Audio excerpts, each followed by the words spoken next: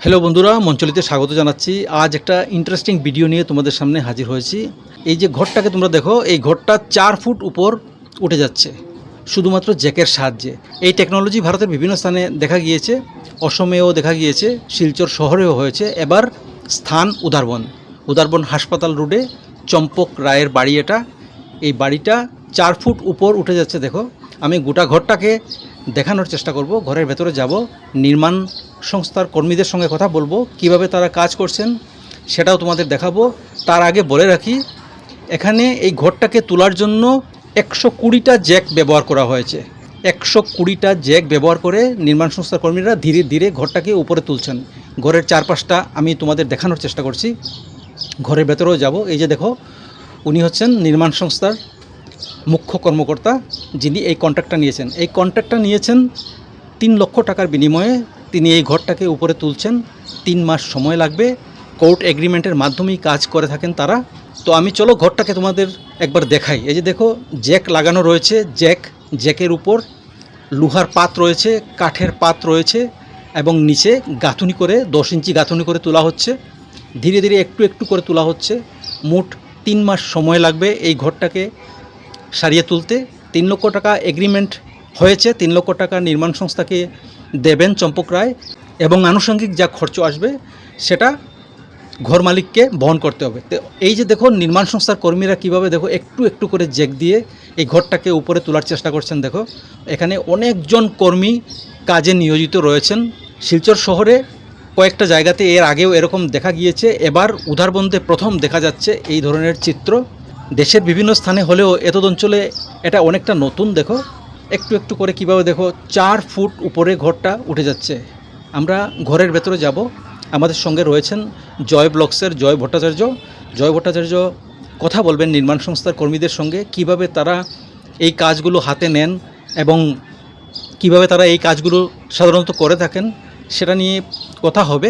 তো এই মুহূর্তে দেখো, পুরো ঘরটা উপরে উঠে যাচ্ছে 4 ফুট উপরে। আজকাল রাস্তা উঁচু হচ্ছে, মহল্লা উঁচু হচ্ছে, কিন্তু ঘরগুলো নিচে চলে যাচ্ছে। আর যার ফলে জমা জল ঘরের ভেতরে ঢুকে পড়ছে। জমা জলে নষ্ট হয়ে যাচ্ছে ঘর। একটা স্বপ্নের ঘর এত টাকা খরচ করে বানানোর পর জমা জল সেটাকে নষ্ট করে দিচ্ছে। তো এ ধরনের চিত্র অনেক দেখা গেছে। তো এবার আর সেই সমস্যা নেই। এবার নতুন করে একটা ঘর তৈরি করার পর সেটাকে চট করে ভেঙে ফেলতে হবে না। সেটাকে এভাবেই এই টেকনোলজির মাধ্যমেই তোলা যাবে। এখানে দেখো, চম্পক রায় এই ঘরটাকে 3 লক্ষ টাকার বিনিময়ে অনেকটা উপরে তুলে নিয়েছেন। 4 ফুট উপরে উঠেছে ঘরটা। অবিশ্বাস্য। দেখো, 120টা জ্যাকের মাধ্যমে এই ঘরটা উপরে উঠে যাচ্ছে। এখানে যারা নির্মাণ সংস্থার কাজে নিয়োজিত রয়েছেন তারা উত্তরপ্রদেশ থেকে এখানে এসছেন। তারা দেশের বিভিন্ন স্থানে এভাবেই ঘর তোলার কাজগুলো করে থাকেন এবং খুব সুন্দরভাবে তারা জ্যাকের মাধ্যমেই ঘরগুলোকে তুলে থাকেন। এখানে দেখো, এই যে দৃশ্যগুলো দেখো, এখানে মোট 30 জন কর্মী নিয়োজিত রয়েছেন এই ঘরটাকে তোলার কাজে। আমি এই দৃশ্যগুলো সরাসরি তুলে ধরার চেষ্টা করছি। ঘরের ভেতরটাকে একবার দেখো। এই যে দেখো, এটা হচ্ছে করিডোর, সব দিকে জ্যাক লাগানো রয়েছে। তো এবার নির্মাণ সংস্থার কর্মকর্তাদের সঙ্গে কথা বলবেন জয় ভট্টাচার্য। জয়, आप क्या जा सकते हैं, थोड़ा बात कर सकते हैं? मैं जा रहा हूँ तो कॉन्ट्रैक्टर के साथ बात कर रहा हूँ। ঠিক আছে, তাহলে আমরা চলো শুনি জয় ভট্টাচার্যের সঙ্গে নির্মাণ সংস্থার কর্মীদের কথোপকথন। नमस्ते भैया। नमस्ते। आपका नाम क्या है? राम किशोर, राम किशोर। Yes. कहाँ से हो? यूपी लखनऊ। यूपी लखनऊ से। तो मैं आपके उधारपुर में फर्स्ट टाइम देख रहा हूँ ऐसे चेक लगा के। उधारपुर में फर्स्ट टाइम है। सालगंगा में से पहले किया, सिलचर में तो मैं 4-5 साल हो गया। अच्छा। गुवाहाटी में किया, बाकी हमारा ऑल इंडिया का ये परमिट है। तो थोड़ा बताइए कैसे क्या करते हो आप लोग? ये स्क्वायर फीट में जैसे आपका आसान टाइप है, ढलाई वाला हो गया 2 तल्ला 3 तल्ला, यानी 1 सेकंड फ्लोर से लेकर के फर्स्ट फ्लोर से लेकर के 5 फ्लोर तक लिफ्टिंग होता है। स्क्वायर फीट में आप जैसे आसान टाइप होगा 220 रुपये पर स्क्वायर फीट।